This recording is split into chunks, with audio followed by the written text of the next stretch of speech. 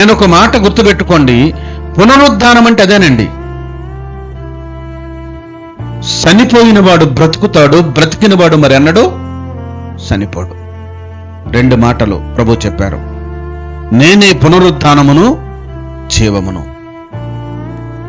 ఈ రోజున చాలా మంది క్రైస్తవులు పునరుద్ధాన బలం తెలుసుకోలేకపోతున్నారు. యేసయ్యను దేవుడు అంటున్నారు, యేసయ్యని ఆరాధిస్తున్నారు, యేసయ్యని అవసరాలకి వాడుకుంటున్నారు, యేసయ్య దగ్గర అక్కరలు తీర్చుకుంటున్నారు, యేసయ్య దగ్గర రోగాలు బాగు చేసుకుంటున్నారు, యేసయ్య దగ్గర సమృద్ధిని సంపాదించుకుంటున్నారు, యేసయ్యను అడ్డం పెట్టుకొని వ్యాపారాలు సమృద్ధి సంపాదించుకుంటున్నారు, యేసయ్యను అడ్డం పెట్టుకుని అన్ని రకాల అవసరాలు తీర్చుకుంటున్నారు. కానీ ఈ శక్తి మాత్రం జనం తెలుసుకోవట్లేదు. ఇది మహత్కరమైన శక్తి అయి ఉన్నది. ఎలా ఉంటుందని అంటే ఆయన చెప్పిన మాటల్లో, ఎవడైనా నా యందు విశ్వాసం ఉంచితే వాడు చనిపోయిన బ్రతుకుతాడు, బ్రతికిన వాడు మరి అన్నడో చనిపోడు.